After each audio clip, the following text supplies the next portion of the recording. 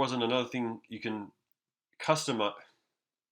Okay, so just when you might have thought there wasn't another thing you could customize in Premiere, you have the button editor. So here I am on my program screen, right, which is my timeline, and I have various buttons down here, okay? Now if I hit this plus sign over here, button editor, I can add I can add all these other buttons, okay?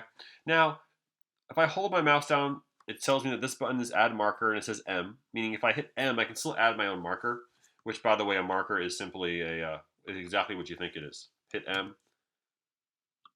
there.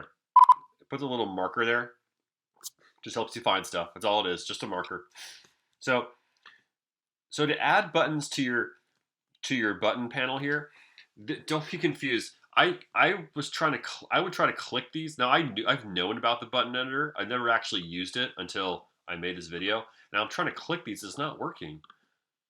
But however, I learned you got to drag them down here. So drag this one down. Global effects mute. Drag. But when you hit that, that means all the effects applied to everything from your effect window of your entire timeline of every footage goes away.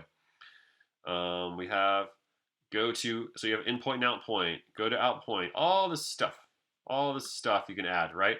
And I can change the order, and I can move this down here, all this crazy stuff. Okay, so all these buttons can be switched around, okay? It's getting messy there, okay? So now I've created a mess. None of these are useful. So if that happens to you, same as always, look, this has its own reset layout, just like the window thing does. I'll hit reset layout, boom.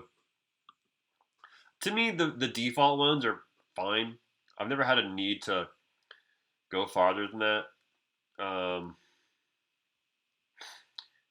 Some of this stuff might be interesting, like comparison view. Oh, well, that's already up there, actually. Loop playback, let's see what that is. So you can drag that in there, okay. So, basically this will just kind of, let me fix it. So if I put an in point and an out point and I hit loop playback, it'll just keep playing over and over and over. Or if there's no in point or out point, it'll play the entire timeline over and over and over. So if you find yourself doing that a lot, it might be useful. I think loop playback is something that needs to be activated. There isn't really a shortcut for it, so I guess you would kind of need that button if that's something you wanted to do. But for a lot of these, there are shortcuts, like export frame. See how it says command? See how it says Shift E? There is a button here for it.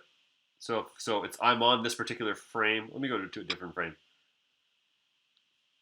Let me delete these dissolves here. So if I'm on like this frame here, and I go to export frame, it'll export this frame in different formats, but whatever. But if I were to hit Shift E, does the same thing. So like I said, Premiere always has more than one way to do almost everything. So again, button editor, cancel. It's over here too, button editor.